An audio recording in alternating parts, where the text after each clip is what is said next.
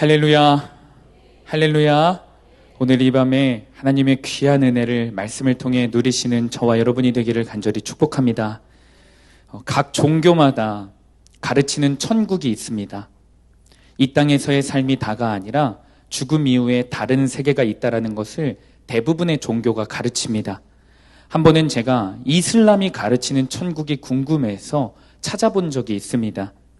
이슬람의 경전에는 알라 신과 선지자 무함마드의 가르침에 잘 순종하고 이슬람에 충성을 다하면 다할수록 천국에 가서 아리따운 처녀들과 함께 쾌락을 즐기며 살 수 있다고 가르칩니다. 제가 가장 어처구니가 없었던 그들의 경전의 내용이 있었는데, 무함마드의 말에 잘 따르면 그 남자가 천국에 가면 건장한 남자 100명분의 정력을 얻을 수 있게 된다라고 하는 구절이 기록되어 있습니다. 이들이 소망하는 천국은 마음껏 비싼 술을 마시고 아름다운 처녀들과 함께 원하는 대로 성행위를 즐기는 쾌락 천국입니다. 여러분, 이게 말이 된다고 생각하십니까? 탐욕과 성욕으로 가득 찬 짐승 같은 남자들이 만들어낸 종교 집단입니다. 그런데 이슬람뿐만 아니라 과거부터 지금까지 수많은 종교들이 자신들이 이 땅에서 원했던 가치들, 욕심들을 그대로 반영해서 천국을 가르쳐 왔습니다. 여러분, 우리 기독교는 종교를 넘어선 진리입니다. 이 땅의 사람들이 만들어낸 우상의 종교들과는 차원이 다른 하늘로부터 시작된 하늘의 진리입니다. 그러나 안타까운 사실은 이 진리를 갖고 있는 기독교에서 하나님을 믿는다고 말하는 자들이 성경에 기록되어 있지도 않은 내용으로 천국을 가르치거나 천국을 기대하는 사람들이 생각보다 많습니다. 한 기독교 신문사에 바람난 천국이라는 표제의 기사가 실렸습니다. 이 기사는 천국을 보고 왔다는 사람들의 간증을 모아놓은 기사였어요. 이 기사에서 가장 충격적인 내용은 하나님이 다스리시는 그 천국에 이 땅과 똑같이 빈부격차가 있다라는 내용이었어요. 11조를 많이 하고 담임 목사님에게 충성을 하면 천국에서 굉장히 큰 집을 살게 된다고 합니다. 어떤 간증자는 천국에서 한 명이 길거리에 정처 없이 떠돌아다니는 걸 봤어요. 그래서 물어봤대요. 당신은 왜 집이 없이 길거리에 살고 있습니까? 그러자 그 사람이 대답했대요. 저는 부끄러운 구원을 받아서 천국에 왔습니다. 그래서 집을 지을 재료가 없어서 이렇게 길거리에 살고 있습니다. 또 어떤 간증자는 천국에서 사람들이 다 찬양만 하고 있더래요. 그래서 말하기를 이 땅에서 살 때 교회에서 성가대나 찬양팀을 하지 않으면 하나님께 가까이 나아갈 수 없고 저 멀리에서 있는데요. 이 간증자가 분명 무엇인가 성가대나 찬양팀을 하고 있었을 것 같지 않습니까? 사실 저는 천국과 지옥에 대한 간증을 들으면 호기심이 생깁니다. 그리고 흥미를 느끼기도 합니다. 저뿐만이 아닐 거예요. 그런데 안타까운 것은 대부분의 간증자들이 그리고 지금까지 많은 목사님들께서 천국을 이 땅에서와 똑같은 개념으로 그리고 있다는 사실이에요. 세상의 복의 개념, 세상의 성공의 개념을 천국에 그대로 적용합니다. 그리고 마치 부동산 투기를 하듯 이 땅에서 천국 투기를 연상시킵니다. 우리는 지난주부터 인간의 욕심이 만들어낸 가짜 천국이 아니라 천국의 주인이신 예수님께서 직접 말씀하시는 진짜 천국에 대해서 살펴보고 있습니다. 그곳은 가난하고 애통한 자들의 것이었습니다. 물론 천국 가는 사람들이 다 가난하게 살아야 된다, 다 슬퍼야만 한다 라는 것을 의미하는 건 아니에요. 다시 한번 강조하지만 이 세상의 복의 개념이 전혀 성립되지 않는 곳이 바로 천국이라는 사실입니다. 그러기에 우리는 세상 사람들이 오르고 있는 기복산에서 내려와서 구별된 삶을 살아가야 합니다. 오늘도 지난주에 이어서 팔복을 살펴볼 겁니다. 말씀을 들을 때 무리가 아닌 진짜 제자로서 팔복산을 힘차게 올라가는 저와 여러분이 되기를 간절히 축복합니다. 오늘 첫 번째 메시지입니다. 온유한 자, 말씀에 길들여진 자가 천국을 누립니다. 우리 오늘 본문 5절 말씀 한 목소리로 읽어보겠습니다. 시작! 온유한 자는 아멘. 이 5절 말씀은 온유한 사람이 땅을 기업으로 받게 될 것이다 라고 기록합니다. 이때 땅이라는 단어 앞에는 정관사가 붙습니다. 그래서 단순히 부동산 땅을 의미하는 게 아니라 천국을 의미하는 단어가 됩니다. 자, 그렇다면 예수님께서는 온유한 사람이 천국을 기업으로 받게 될 것이다 라고 말하는데, 온유한 사람이 도대체 어떤 사람이고 온유함은 도대체 무엇일까요? 우리가 통상적으로 온유한 사람 하면 표정이 온화하고 성격이 부드럽고 말투가 상냥한 사람들이 생각이 나죠. 아니나 다를까 국어사전에 보니까 성격, 태도 따위가 온화하고 부드럽다라고 말하고 있어요. 성경의 인물 중에 온유함의 대명사가 있습니다. 바로 누구냐? 모세입니다. 민수기 12장 3절에 보면 이 사람 모세는 온유함이 지면의 모든 사람보다 더하더라 라고 기록합니다. 그런데 성경을 조금이라도 읽어본 분들은 이렇게 생각하실 거예요. 모세를 사실 다혈질의 인물로 기억합니다. 왜죠? 모세는 자신의 동족 이스라엘 사람들이 고통받고 있을 때 애굽 사람을 맨손으로 때려서 죽였기 때문이에요. 여러분, 사람의 목숨이 쉽게 끊어지지 않습니다.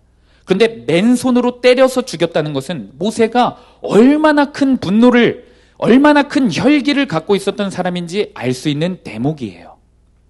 이뿐만이 아니죠. 모세가 시내산에 올라가서 하나님께 십계명을 돌판에 받아서 내려오죠. 그런데 그때 이스라엘 백성들이 아론과 함께 황금 송아지를 숭배하고 있는 것을 봅니다. 그때 모세가 어떻게 하죠? 돌판을 화가 나서 던져서 깨트립니다. 국어사전의 기준으로 보면, 우리가 일반적으로 아는 온유함의 관점으로 보면 모세는 온유한 사람이 아닌 것 같아요. 그런데 이상하게 성경은 온유하대요. 성경이 잘못된 걸까요? 당연히 아니겠죠. 애초에 성경은요, 다른 온유함을 말하고 있는 겁니다. 오늘 본문에 기록된 이 온유함은 헬라어로 프라우스라고 합니다. 이 단어는 짐승을 조련할 때 쓰는 말로 길들여져 주인 뜻대로 사는 것을 의미해요.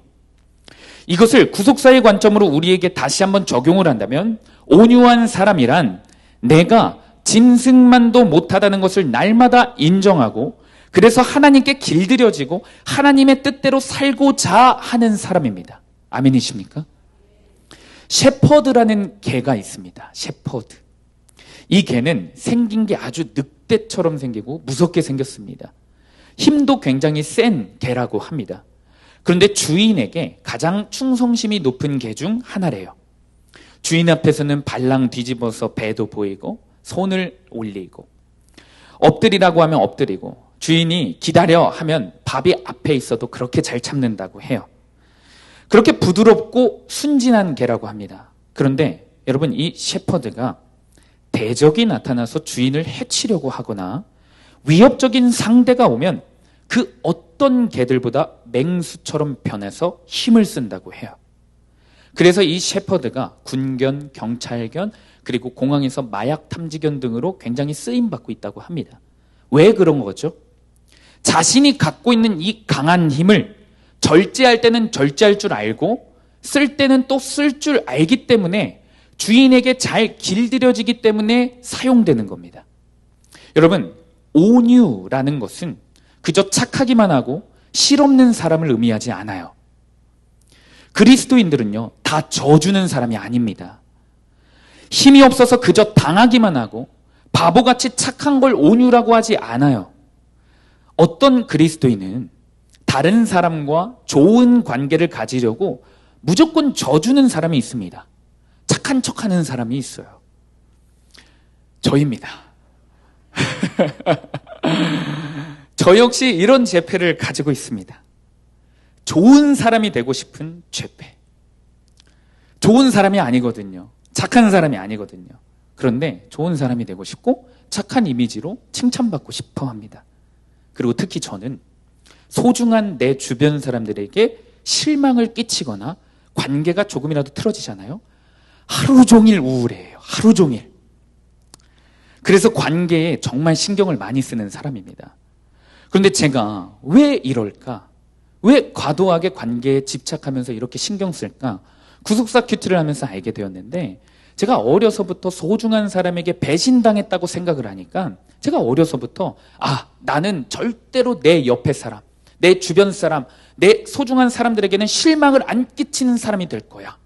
나는 다른 사람이 될 거야. 라는 오기가 있더라고요. 오기. 이 오기와 상처로부터 시작된 잘못된 노력은 온유함이 아니라 그저 제 죄로 인한 연약함이더라고요. 여러분, 성경에서 말하는 진짜 온유함은요, 자신이 갖고 있는 힘, 시간, 물질을 하나님이 사용하라고 명령하시는 곳에 사용하고, 하나님이 쓰지 말라고 명령하면 그곳에는 절대 쓰지 않는 것을 의미합니다. 그러니 온유는 성품의 문제가 아니라 삶의 문제이자 순종의 문제입니다. 제가 이번 설교를 준비하면서 이 관점으로 모세의 삶을 다시 묵상하게 되었어요. 우리가 좀 전에 함께 읽은 모세의 온유함이 지면이 모든 사람보다 더하더라, 이 민수기 12장 3절이 나오기 바로 전에 성경은 한 사건에 대해서 주목합니다. 어떤 사건이냐면 바로 모세의 친형제인 미리암과 아론이 뒤에서 모세를 비방하고 권위를 깎아내리는 사건이에요. 민수기 12장 1절에서 2절입니다. 우리 한 목소리로 읽어보겠습니다. 시작. 모세가 구스 여자를 취하였더니 그 구스 여자를 취하였으므로 미리암과 아론이 모세를 비방하니라. 그들이 이르되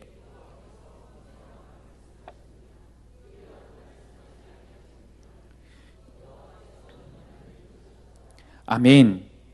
모세는 현재 이스라엘 백성의 최고의 권위자이자 지도자입니다. 그런데 지금 미리암과 아론이 모세의 이미지를 실추시키고 권위를 깎아내리고 있어요. 그런데 여러분, 그 다혈질 같았던 모세가, 불같은 성격을 보유하고 있어 보이는 그 모세가 미리암과 아론에게는 반응을 하지 않아요. 오히려 하나님의 징계로 나병에 걸린 미리암을 위해 하나님께 나아가 부르짖으며 기도합니다. 민수기 12장 13절 세번역 성경으로 제가 읽겠습니다. 모세가 주님께 부르짖어 아뢰었다. 하나님, 비옵니다. 제발 미리암을 고쳐 주시옵소서. 모세는 나의 삶, 나의 이익, 나의 이미지, 내가 쌓아온 업적을 위해서 분노하지 않습니다. 나를 위해서 힘을 사용하지 않아요. 누가 나를 힘들게 하고 괴롭히고 욕을 해도 심지어 충분히 대응할 수 있고 권위로 미리암과 아론을 꺾을 수 있는, 그런데도 참아요. 그런데 여러분, 모세가 분을 내고 모세가 힘을 쓰는 것은 언제냐? 하나님의 이름이 망령되이 일컬을 때 힘을 씁니다. 이스라엘 백성들이 우상을 섬기고 있을 때 하나님을 모독하는 것은 못 참고 거기에다가 자신의 힘을 쓰는 거예요. 저는 깨달았어요. 이게 온유함이구나. 자신에게 힘이 있는데 이것을 자기를 위해 쓰지 않고요, 하나님을 위해 쓰는 사람이 온유한 사람이구나. 다윗도 마찬가지입니다. 자기를 죽이려고 몇 년을 쫓아다니고 못살게 굴었던 사울은 어떻게 하죠? 용서해줘요. 죽일 수 있는 상황이 찾아와도요, 반복해서 찾아와도요, 자신의 힘을 사용하지 않습니다. 절제합니다. 그러나 다윗이 하나님의 이름을 모독하고 있는 그 골리앗의 이마에는 전심을 다해 돌을 던져요. 주변 사람들이 다윗을 다 말렸거든요. 말리고 또 말렸는데도 다윗은 분을 내면서 대적 골리앗과 싸우러 나갑니다. 한마디로 거룩한 분노입니다. 우리의 삶을 돌아봤으면 좋겠습니다. 우리는 반대로 살아가지 않습니까? 가정과 일터에서 하나님의 거룩함을 위해서 분명히 싸워야 할 때가 있는데 싸워야 할 때는 잠잠합니다. 제약된 환경과 싸워야 할 때가 있는데 그때는 힘을 내지 않아요. 연약한 척, 힘이 없는 척 합니다. 왜 그럴까요? 내가 포기해야 될 게 많으니까요. 이 싸움으로 내가 피해볼 게 많으니까요. 당장 내 몸과 내 마음이 편안하고 싶으니까요. 가정과 일터, 수많은 관계에서 일시적인 그 화평을 유지하고 싶으니까요. 그러면서 어떻게 하는지 아십니까? 제가 잘하는 건데 온유한 척합니다. 하나님의 때를 기다리는 척합니다. 참는 척합니다.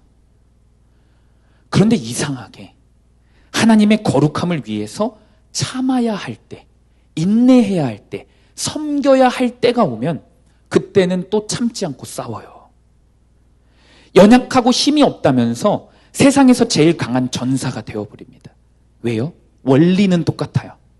자기가 피해보고 당장 기분이 상하고 당장 마음에 안 들고 편안한 게 아니라 불편하니까 싸우는 거예요.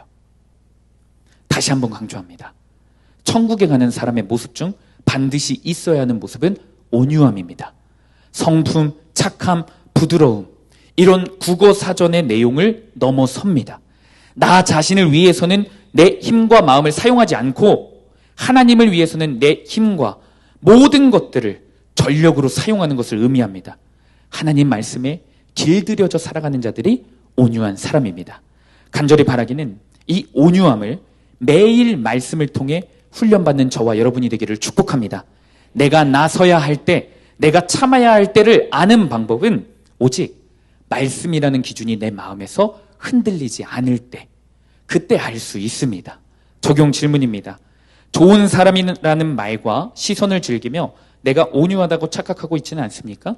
내게 있는 시간, 물질, 힘을 하나님을 위해 사용할 때는 잘 사용하고 절제해야 할 때는 잘 절제하고 있습니까? 오늘 보면 두 번째 메시지입니다. 의에 줄이고 목마른 자, 하나님께 줄이고 목마른 자가 천국을 누립니다. 우리 시간 오늘 본문 6절 말씀 한 목소리로 합독하겠습니다. 시작. 의에 줄이고. 아멘. 우리가 의를 생각하면 보통 정의로움을 생각할 때가 많습니다. 노동자의 권리를 위해서 노조가 있어야 되고, 남녀 평등에서 외치고, 나쁜 사람들과 범죄에 대해서 분노하고, 기아와 난민의 문제를 좀 의롭게 해결해 나가는 그런 사회적 정의를 생각할 때가 많이 있어요. 그런데 오늘 예수님이 말씀하시는 의는 단순한 사회적 의가 아니에요. 또한 내가 좀 남들보다 옳고 착하게 살아서 쌓아가는 의가 아닙니다. 오늘 예수님이 말씀하시는 의는 하나님의 뜻이 내 삶에 이루어지는 것을 의미합니다. 그리고 의에 줄이고 목마르다 할 때 그 줄이고 목마르다는 그냥 조금 배고프고 목마른 정도, 갈증 날 정도가 아니라 강력한 갈망을 의미합니다. 여러분, 그런데 한번 생각해 보시기 바랍니다. 누가 하나님의 뜻이 내 삶에 이루어지기를 강력하게 갈망할까요? 이 세상의 의로움이 매력이 없고 형편없는지 깨달은 사람입니다. 나의 의로움에는 소망이 없고 쓸모없고 얼마나 공허한지 깨달은 사람이야말로 하나님의 뜻을 갈망할 수 있게 되는 거예요. 이게 무슨 말이냐? 내가 돈을 그토록 갈망해봤는데 돈에 소망이 없고 만족이 없다라는 것을 뼈저리게 깨달아야만, 사람의 애정에 줄여보고 남편을 갈망해봤는데 결국에 돌아오는 것은 상처뿐인 것을 깨달은 사람이, 자녀의 삶과 성적에 그렇게 목매는 삶을 살았음에도 돌아오는 것은 쓸쓸함이더라 라는 것을 깨달은 사람이 결국에 의로운 분은 하나님밖에 없구나, 사람, 환경은 믿음의 대상이 아니구나를 깨달은 사람이 하나님의 뜻을 갈망하게 됩니다. 이와 같은 맥락으로 하나님이 우리 수암교회에 늘 허락하시는 구속의 말씀이 성립이 되는 거예요. 내 삶에 고난의 환경이 찾아오고 나를 힘들게 하는 그 사람이 있다는 게 축복이다. 이 말씀이 성립이 되는 겁니다. 왜요? 그래야 우리는 하나님께 어린아이처럼 울부짖거든요.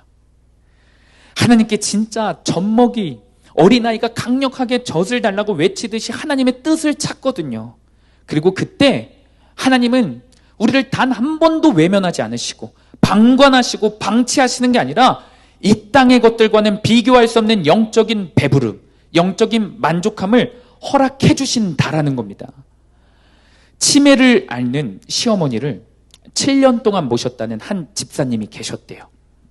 남편은 막내 아들이고 형님이 두 분이나 계셨는데 막내의 정이 또 무섭잖아요. 막내의 정 때문인지는 몰라도 남편이 어머니와 함께 사는 것을 강력하게 원했습니다. 사실 저희 아버지도 7남매 중에 막내 아들이에요. 막내 아들이라서 저희 할아버지가 치매 증상이 있으셨는데 저희 집에 모신 적이 있어요. 저도 막내 아들인데 역시 막내는 막내입니다. 아무튼 그래서 결국 이 집사님이 치매이신 시어머니를 모시게 되었어요. 직장도 그만두셨대요. 치매인 어머니를 모시면서 사실 말로 표현할 수 없을 만큼 힘드셨다고 합니다. 그나마 내 육체가 힘든 것은 참겠는데 이 시어머니가 가장 힘들었던 이유는 역시 어머니들은 나보다 자식의 문제가 중요한 것 같습니다. 입시의 문제로 민감한 중3 아들과 고2 딸에게 신경을 못 써주는 거. 이 중3인 아들과 고2 딸이 할머니 때문에 무엇인가 피해를 보는 것 같아서 싫었대요.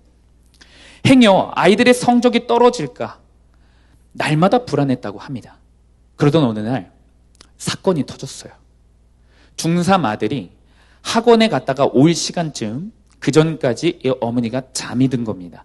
그런데 잠에서 깨고 나니까 시어머니가 거실에 온통 대변을 다 덕지덕지 묻혀놓은 거예요.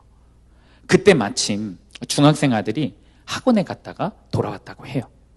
광경을 본 아들이 정신을 놓고 앉아있는 어머니, 그 어머니 집사님, 화가 나 있는 어머니 집사님을 보고 처음에는 당황을 하더니 이 어머니 집사님을 조용히 방으로 들여보내더라는 거예요. 그리고 이 학생이 할머니를 모시고 욕실에 가서 씻겨드리기 시작했습니다. 그리고 이 아들이 이렇게 말했어요. 할머니, 엄마 말 잘 듣고 있을 줄 알고 내가 과자 사왔는데 이렇게 엄마 말 안 듣고 속상해하게 하면 어떡해? 라고 하면서 씻겨드리고 짓무르는 사타구니에 분을 발라드리고 옷까지 다 입혀드렸다고 해요. 그리고 그 모습을 끝까지 바라보고만 있었던 집사님에게 아들이 부드러운 목소리로 이렇게 말했다고 합니다. 엄마, 많이 힘들죠? 엄마, 그런데 할머니를 사랑하는 마음으로 한번 대해보세요. 그렇게 심란하고 힘든 마음을 갖고 할머니랑 지내려니까 엄마가 더 힘들고 병이 들죠. 그래도 저는 엄마가 고생하고 뒤에서 흘린 눈물들을 아니까 제가 커서 꼭 갚아드릴게요. 이렇게 말을 했다는 거예요. 아들의 이 말이 집사님에게 하나님의 나팔 소리로 들렸다고 합니다. 집사님은 그동안 자신의 신세를 한탄하며 손윗동서들을 원망하고 남편을 원망하고 몸이 좋지 않은 그 시어머니를 싫어했던 그 마음을 주님 앞에 회개했다고 해요. 사랑하는 여러분, 제가 왜 이 이야기를 하느냐? 이 아들이야말로 오늘 살펴본 온유한 사람이자 의에 줄이고 목마른 사람 아닙니까? 자신의 힘을요, 할머니를 섬기는 데 쓰고요. 또 그 삶을 살았다고 해서 엄마를 책망하는 게 아니라 내가 엄마의 눈물을 다 알고 있어. 엄마의 아픔까지 감싸주온 아들입니다. 이 아이가 어쩜 이렇게 성숙해졌을까요? 참 놀랍죠. 어쩜 이렇게 믿는 자의 모습을 갖추게 되었을까요? 이 아들이 만약 그냥 다른 아이들처럼 어머니가 입시 뒷바라지 다 해주고 문제 하나도 없이 풍족하고 부유한 환경에서 자랐더라면 이 넓은 마음과 사랑의 모습이 과연 훈련되었을까요? 흔히들 착각하는 게 환경이 좋고 부유한 사람들이 여유가 있을 거라고 착각합니다. 그러나 여러분, 하나님께 목말라 하는 자들이 여유가 생기는 거예요. 부자이거나 가난하거나 상관이 없이 하나님께 목말라 하는 자들이 이런 사랑과 지혜가 생기는 겁니다.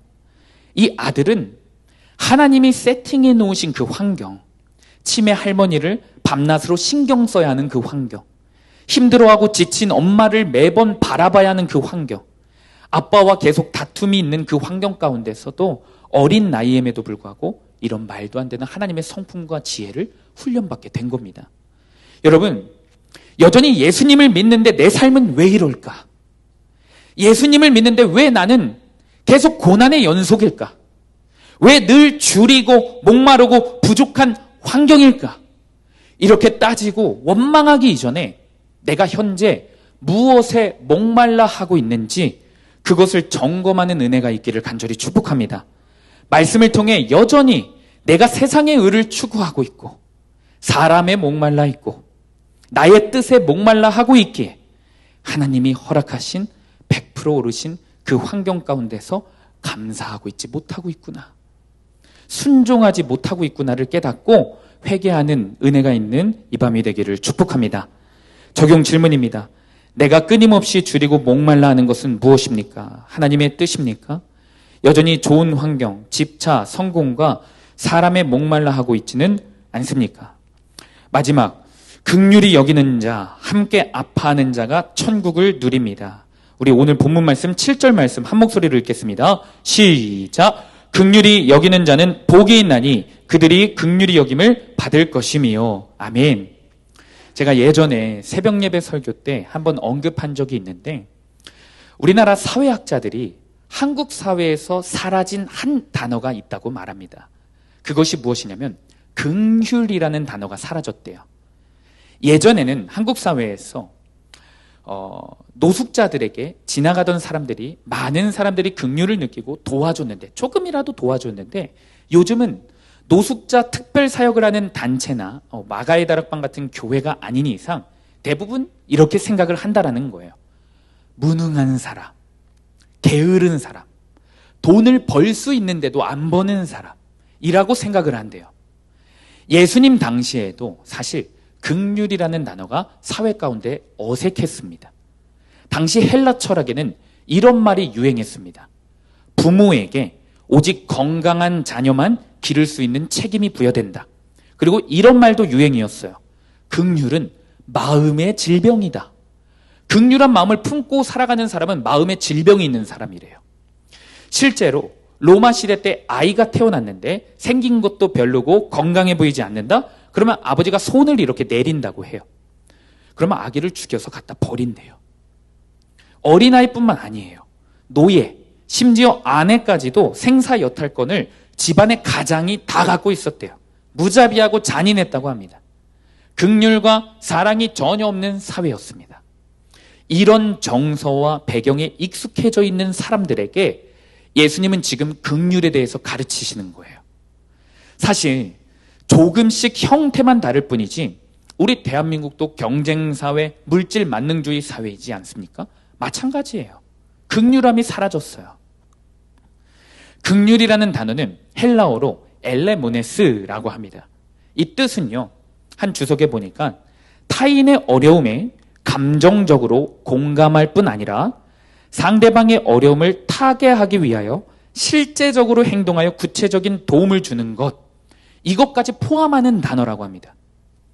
헨리 나우엔이 긍휼이라는 책을 썼어요. 근데 비슷한 설명이 여기에도 나옵니다. 긍휼이라는 단어가 영어로 compassion입니다. 그런데 이 단어가 라틴어 파티와 쿰에서 파생된 말이래요. 그래서 이 단어를 합치면 무엇이냐? 함께 고통받다라는 뜻을 의미한다고 해요. 여러분, 예수님이 말씀하시는 긍휼은 누군가의 고통을 함께 받으라는 거예요. 함께.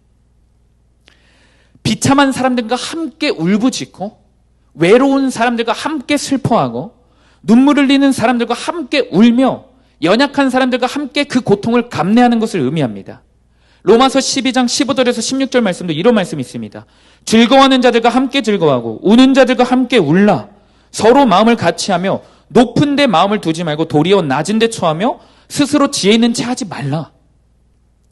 그런데 이런 예수님이 말씀하시는 긍휼을 삶 가운데 실제로 실천을 하면서 살 수 있는 사람 사실 정말 적습니다. 마음으로는 위로하죠. 마음으로는 좀 딱한 그 마음들이 있죠. 말로는 긍휼을 이야기하죠.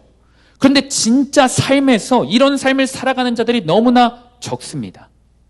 그러니 성경이 말하고 있는 것은 정확한 말만 해요. 천국 가는 자가 지극히 적다. 정말 적다.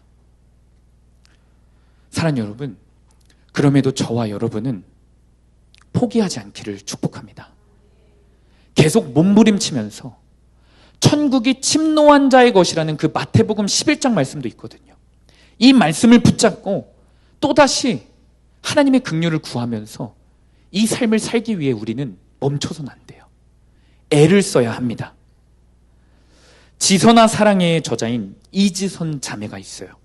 이 자매는 이화여대 재학 시절에 도서관에서 공부를 마치고 나오던 중 음주운전자가 낸 7중 추돌 사고로 인해 크게 다칩니다. 그래서 전신에 3도 화상을 입고요. 안면장애와 지체장애 1급을 진단받습니다. 정말로 죽을 뻔했대요. 이지선 자매가 처음에는 병상에서 너무 고통스러워서 엄마에게 원망을 많이 쏟아냈대요. 엄마가 이 고통을 감당할 수 있냐며, 엄마가 대신 당하라면 당할 수 있냐며, 엄마가 내 아픔을 아냐면서. 그런데 그때 이 지선 자매의 어머니께서 예수님을 정말 잘 믿는 독실한 크리스찬이셨는데 이렇게 눈물을 흘리시면서 이야기하셨대요.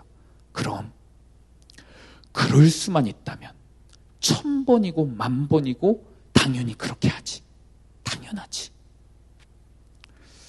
이 어머니의 소원은 사랑하는 딸의 고통을 자기가 다 짊어지는 거였어요.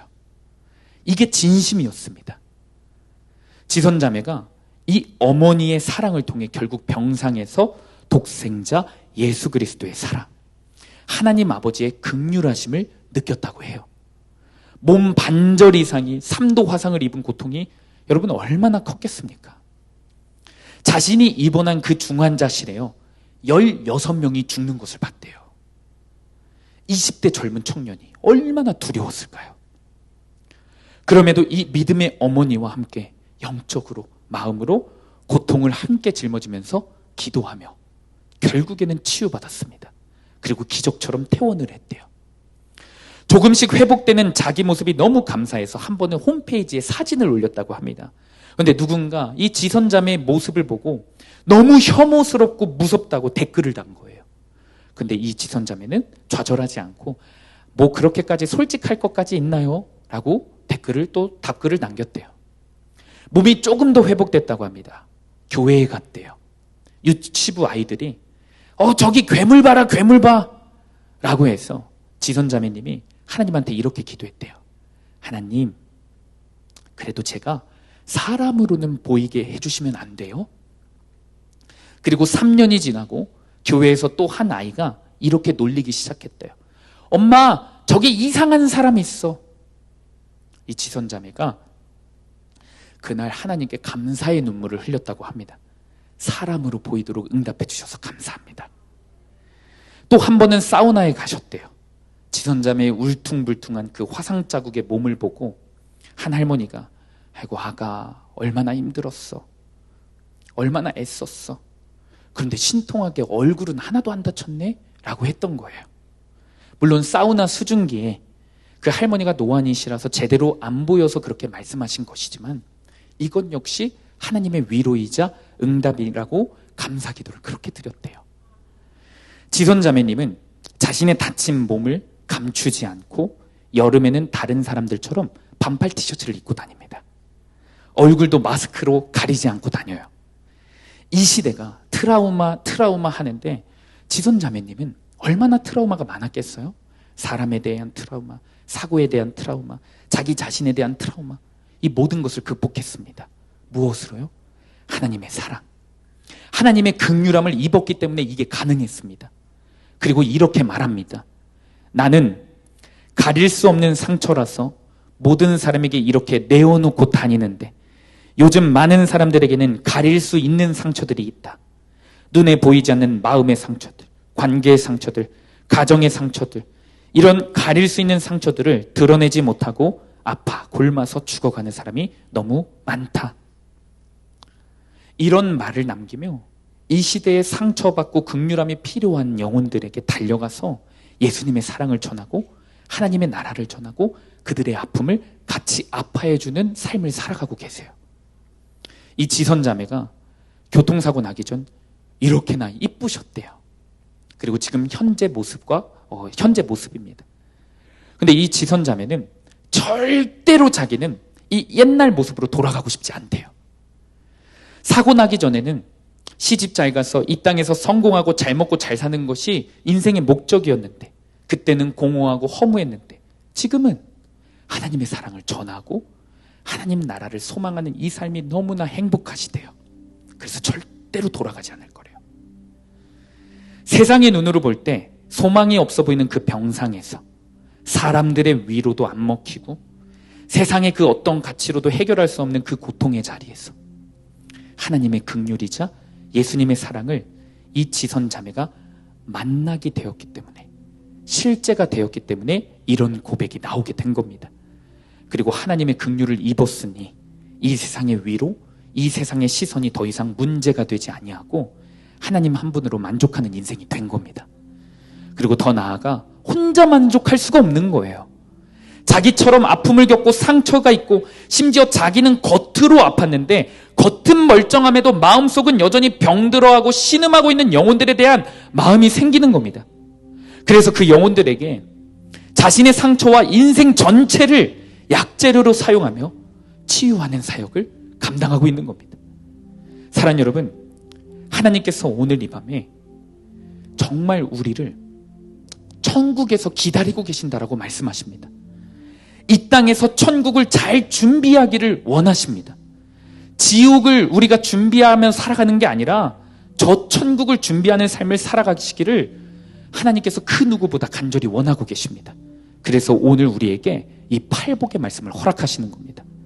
온유한 자는 복이 있나니 그들이 땅을 기업으로 받을 것이며, 의에 줄이고 목마른 자는 복이 있나니 그들이 배부를 것이며, 긍휼히 여기는 자는 복이 있나니 그들이 긍휼히 여김을 받을 것이며, 온유함의 복을 통해 세상의 가치와 사람과 자기 자신의 감정에 길들여져 살아가지 말라고 명령하십니다.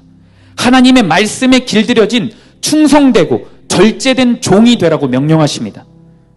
의에 줄이고 목마름의 복을 통해 자기 교만과 자기 연민을 버리고 오직 하나님의 뜻, 하나님의 의로우심에 목말라 하라고 명령하십니다. 그리고 더 나아가 우리가 때로는 또 넘어지고 또 넘어져도 세상의 길로, 기복의 길로 가는 우리를 오늘도 긍휼히 여기시는 하나님의 사랑을 깨닫고 그 사랑의 힘으로 다시 일어나 이 땅에 병든 영혼들, 이 땅에 믿지 않는 가족들, 예수 그리스도의 사랑과 긍휼하심을 모르는 영혼들에게 달려가라고 명령하고 계십니다. 그래야만 우리가 천국에 갈 수 있기 때문입니다. 간절히 바라기는 이 하나님의 이 천국, 우리가 천국 오기를 간절히 원하고 계시는 이 마음이 말씀을 통해 우리에게 고스란히 전해져 우리의 마음과 삶이 변화되는 은혜가 있기를 간절히 축복합니다. 이 시간 함께 심령이 가난한 자는 찬양하며 나아가겠습니다. 오늘 우리가 붙들고 기도할 말씀은 마태복음 5장 6절 말씀입니다. 온유한 자는 복이 있나니 그들이 땅을 기업으로 받을 것이며, 거룩하신 하나님, 오늘 말씀에서 온유한 사람이 천국을 기업으로 받게 될 것이라고 말씀하시는데, 저는 천국이 아닌 지옥을 기업으로 받게 될 죄인의 삶을 살아가고 있습니다. 하나님이 사랑으로 품으라고 하는 지체들에게는 분을 내고 하나님이 싸우라고 하는 그 죄악과 환경 앞에서는 잠잠했습니다. 내게 있는 힘, 내게 있는 시간, 내가 느끼는 감정, 물질들을 오로지 나만을 위해 쓰고 나를 보호하고 나를 높이기 위해 혈안이 되어 있었던 더러운 자입니다. 심지어 말씀을 순종하는 척도 하나, 은혜로 돌이키는 척도 하나, 그 중심에는 여전히 나 자신을 버리고 있지 못하는 죄인입니다. 주님, 이런 죄인을 긍휼히 여겨 주시옵소서. 다시 한번 하나님 말씀 앞에 서는 은혜를 허락하여 주옵소서. 다시 한번 세상 사람에 길들여져 죽어가는 이 죄인을 용서하시고, 다시 한번 하나님 말씀에 길들여져 하나님께 충성하는 그리스도인으로 살 수 있도록 도와주시옵소서. 그리하여 내 힘과 내 성품과 내 노력이 아닌 순종의 온유함으로, 십자가의 온유함으로 하나님 때문에 인내하고 하나님 때문에 힘을 써서 저 천국을 기업으로 받는 진짜 구원받는 성도로 거듭나게 하여 주옵소서. 우리 이 시간 이 기도 제목 붙잡고 주님의 이름 부르시고 통성으로 기도하며 나갑니다. 주여,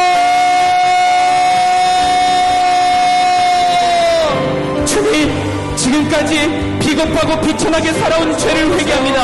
하나님의 마음은 외면하고 모른 채 하며 하나님이 원하시는 곳에, 명령하시는 곳에 힘을 쓰지 않고 마음을 쏟지 않았습니다.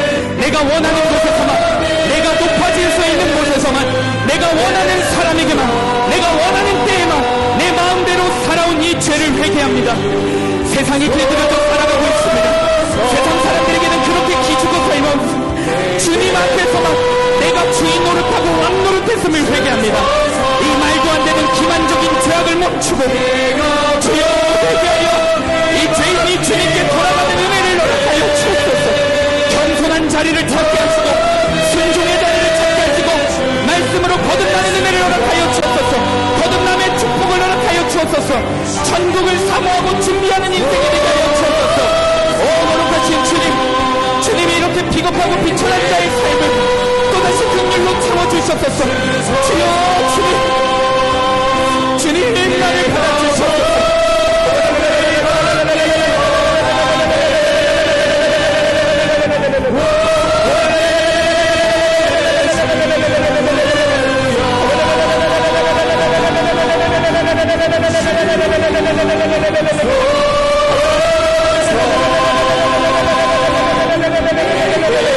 더 이상 세상에 길들여져 살아가지 않게 하시옵소서. 세상 사람들에게 길들여져 살아가지 않게 하시옵소서. 오직 나의 주인은 오직 주님이시오니 오직 하나님의 말씀에 길들여져 살아가게 하여 주옵소서. 하나님이 명령하시는 곳에 내 힘을 쓰고 내 시간을 쓰고 내 마음을 쓰고 하나님이 쓰지 말라고 하시는 곳에 절제함으로 주님 아버지 우리가 훈련받게 하시옵소서. 우리가 그렇게 온유한 자로 살아가게 하시옵소서. 주님의 충성스러운 종으로 하나님의 충성스러운 자녀로 살아가게 하시옵소서.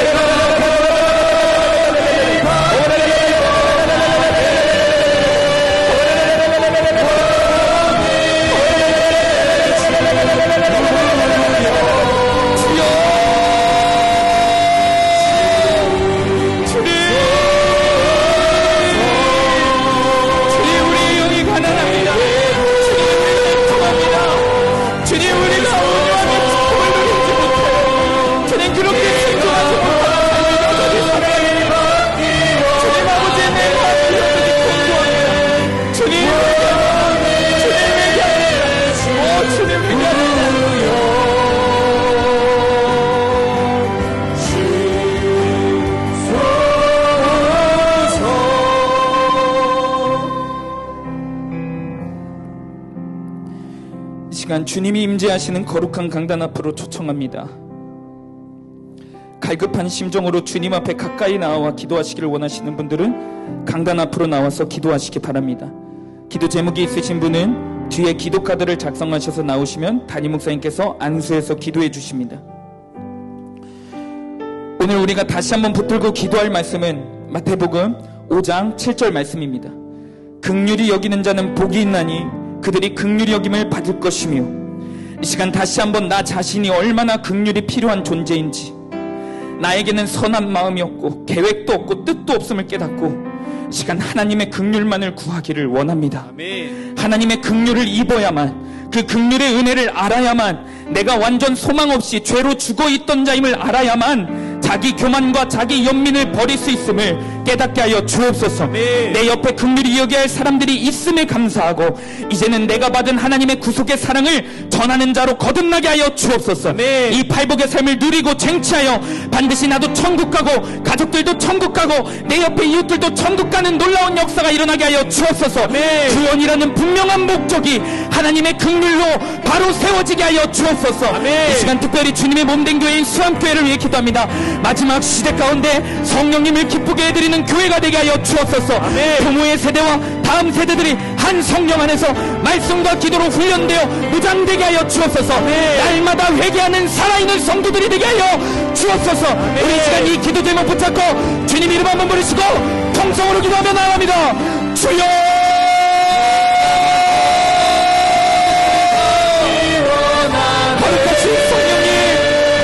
하나님의 긍휼하심이 아니라면, 예수 그리스도의 십자가의 피에 긍휼이 없었더라면 도저히 주님 앞에 나올 수 없는 자들이 나왔습니다.